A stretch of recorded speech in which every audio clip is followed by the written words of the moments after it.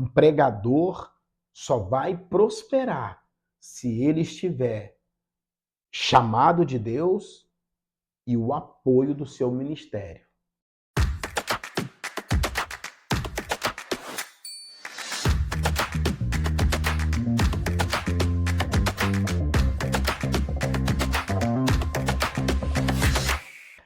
Olá, a paz do Senhor Jesus, como você está? Como você tem passado? Está tudo bem?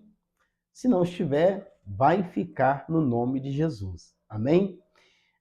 No vídeo de hoje, no bate-papo de hoje, eu quero falar algo que é muito importante para obreiros e também para pessoas que não são obreiros, mas que amam a palavra de Deus, que são fiéis à palavra de Deus e que gostam de propagar a palavra do Senhor. O texto que eu irei ler aqui, antes de entrar no assunto, está em 1 Timóteo, capítulo 3, no versículo 1, na parte B. Aliás, eu vou ler a parte A e B, porque aí fica melhor para você entender, tá? Diz assim: esta é uma palavra fiel. Se alguém deseja o episcopado, excelente obra deseja. O contexto aqui desse texto, vocês já conhecem, né? Paulo aqui está dando uma palavra pastoral, né, para Timóteo, falando acerca dos pré-requisitos básicos, né, também ali para se tornar um obreiro. Mas nós sabemos que para proclamar a palavra do Senhor, para divulgar o evangelho, o homem ou a mulher não necessita, não carece de título, e sim de chamada e vocação para tal ofício.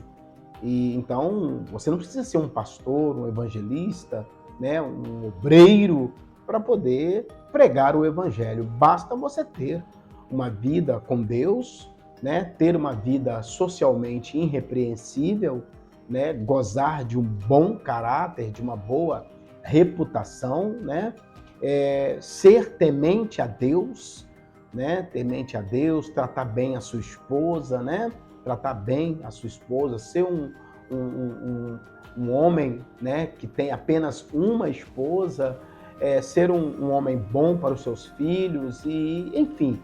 E se você também não for casado, né, assim como o apóstolo Paulo, né, você pode muito bem cooperar, auxiliar na obra do Senhor. A Bíblia diz convém, né? Convém que seja casado, mas cada igreja tem a sua especificidade, cada região tem a sua necessidade. Eu conheço diáconos solteiros, né? Eu conheço, sim, diáconos que são solteiros, que estão noivos, que estão se preparando para casar, mas que ainda são solteiros e são excelentes cooperadores na obra de Deus. Amém? Bom, quando nós olhamos para o texto, eu gosto muito dessa palavra que se inicia aqui no texto, que diz assim: esta é uma palavra fiel. Então, olha para você ver, né? A palavra de Deus, ela é fiel, né? Ela é fiel, né? A Bíblia diz em Hebreus 4:12, né, que a palavra de Deus, ela é viva e ela é eficaz. Então, e aqui o texto está falando que ela é fiel. Hebreus fala que ela é eficaz. Aqui, né, o apóstolo Paulo, dirigindo essa palavra para Timóteo, está falando que ela é fiel. Então, a palavra de Deus, ela é fiel. Se você tem uma promessa de Deus para realizar uma grande obra, isto vai se cumprir na sua vida. Pode ter certeza. Até porque a Bíblia vai dizer em Jó 42, verso 2, que os pensamentos, que os propósitos de Deus não podem ser frustrados. E você que busca, que almeja ser um pregador, como que eu te explico? O primeiro passo para ser um bom pregador é levar uma vida de oração. Levar uma vida de oração, né? Ter uma vida que tenha comunhão com Deus. Eu Eu e a minha esposa, a gente viaja bastante para atender agendas, pela misericórdia do Senhor. A gente está pregando toda semana, direto, não para.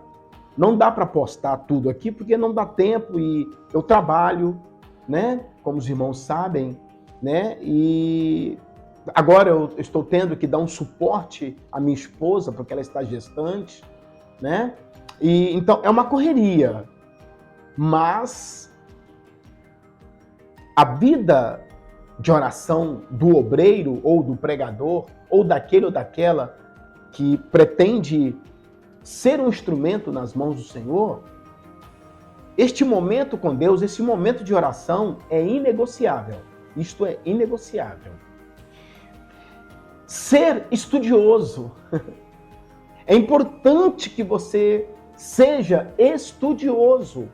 O apóstolo Paulo vai deixar isso claro em 2 Timóteo 2,15.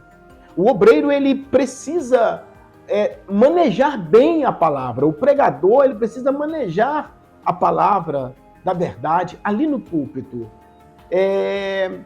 Porque qual que é o maior erro que nós, eu como pregador, a gente como obreiro, a gente vê isso muito no púlpito. Pessoas pregando um texto fora de contexto. E você percebe que a pessoa não estudou o texto a qual ela está pregando.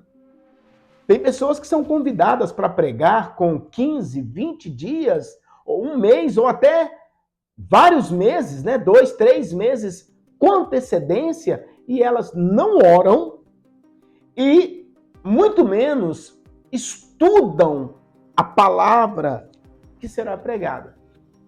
Então, o texto, igual nós lemos aqui, se alguém deseja o episcopado, ou seja, né, o ministério, excelente obra, deseja.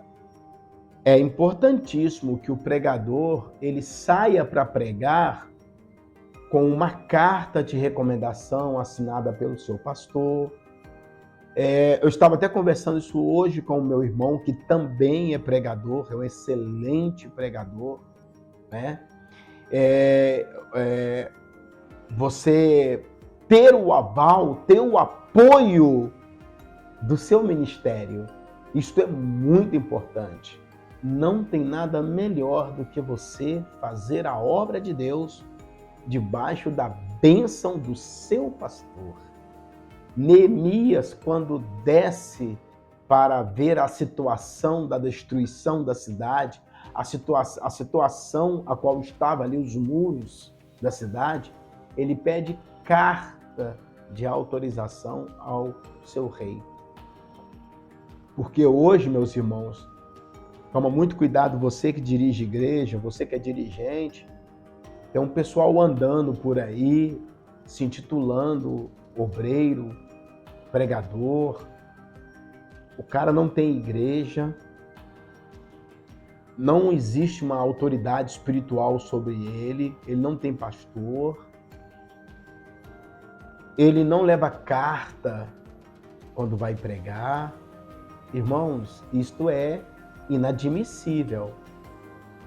Eu estive no Pará, lá em Santarém, ministrando a palavra de Deus, na região de Alenquer. Eu pedi carta para o meu pastor presidente. E olha que eu sou pastor há quase 20 anos. Agora, em 2027, eu completo 20 anos de ministério pastoral. Eu estive em São Paulo também, ministrando lá em Guarulhos,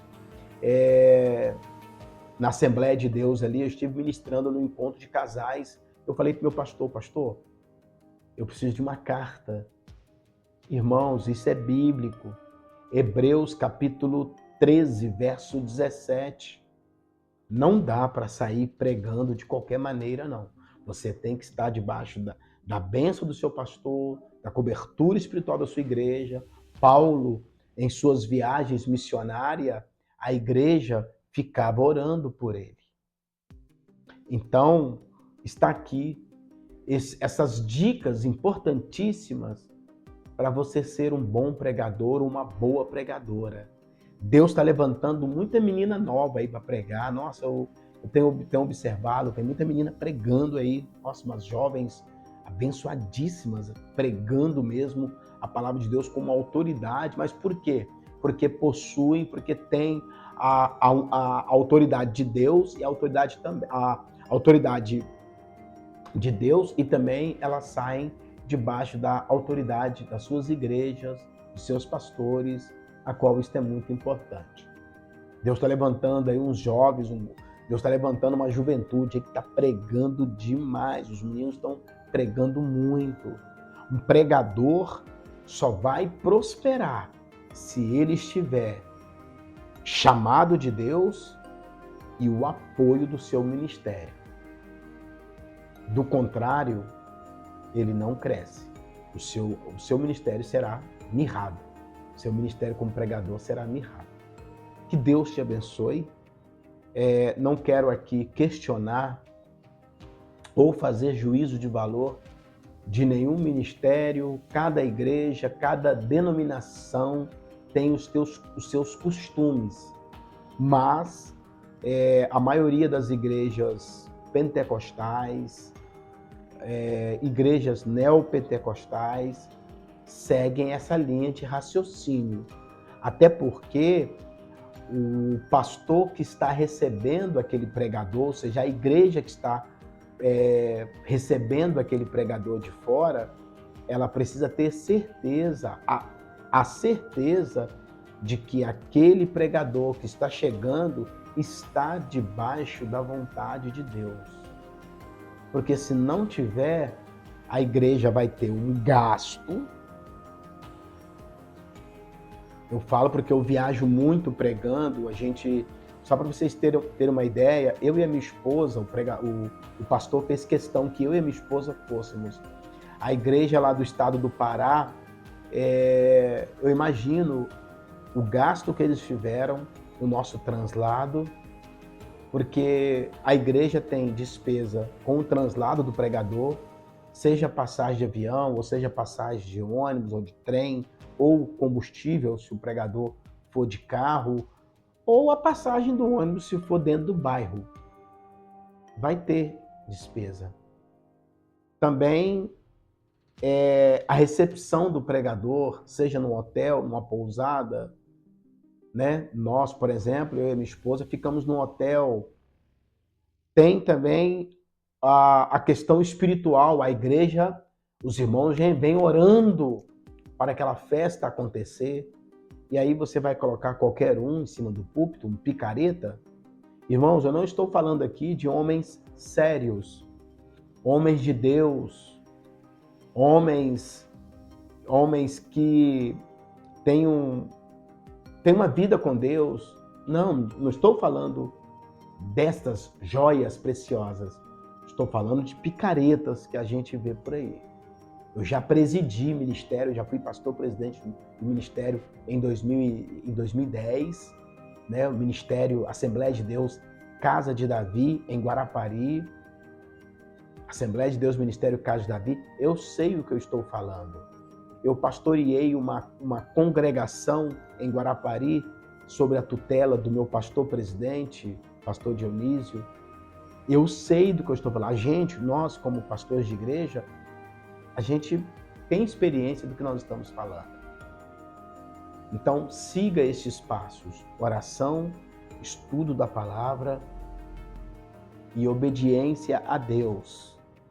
Isso vai fazer com que o seu ministério prospere para a glória do nome de Jesus. Que Deus te abençoe. Fique na santa e gloriosa paz do Senhor. Se você prega a palavra de Deus, ou se você é dirigente de igreja, ou almeja o ministério, conforme 1 Timóteo 3, conforme nós lemos aqui, e achou que esse conteúdo foi importante para você ou para alguém que você conhece, se inscreve aí no canal, dê o seu joinha e compartilhe esse vídeo aí com outros irmãos. Eu tenho certeza que Deus vai fazer maravilha na vida daqueles que desejam o chamado de pregar a palavra de Deus. Que Deus te abençoe.